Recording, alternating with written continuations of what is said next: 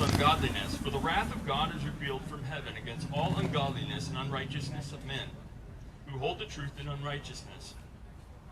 Because that which may be known of God is manifest in them, for God has showed it unto them. For the invisible things of him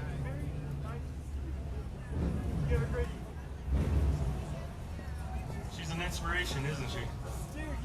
I recognize who it was, yeah. So for the invisible things of him in the creation of the world are clearly seen, being understood by the things that are made, even as his eternal power and Godhead, so they are without excuse.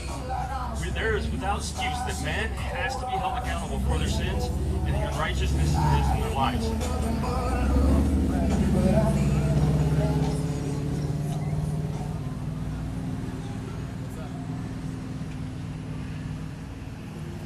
Because that when they knew God, they glorified him not as God, neither were thankful, but became vain in their imaginations, and their foolish hearts were darkened. So the darkness is the sin that's in your heart. That's what separates you from God and the love that he has. And that's the...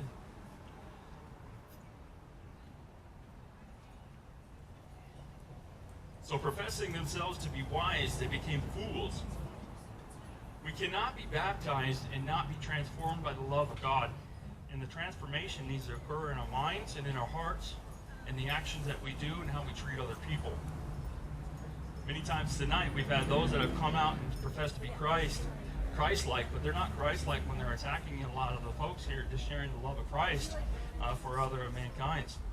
And so we're not being aggressive with anybody. We're just simply talking and sharing scripture with folks and sharing what's going on here. To live a holy and righteous life before man and before God. And change the glory of the uncorrupted God into an image made like the corruptible man, and to birds and four-footed beasts and creepy things. We tend to replace nature and God in the same sentence.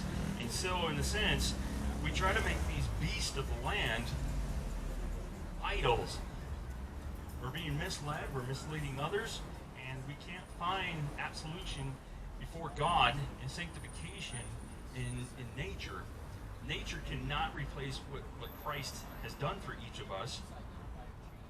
Wherefore, God has also gave them up to uncleanness through the lust of their own hearts, to dishonor their own bodies between themselves, who changed the truth of God into a lie, and worship and serve the creature more than the Creator, who is blessed forever.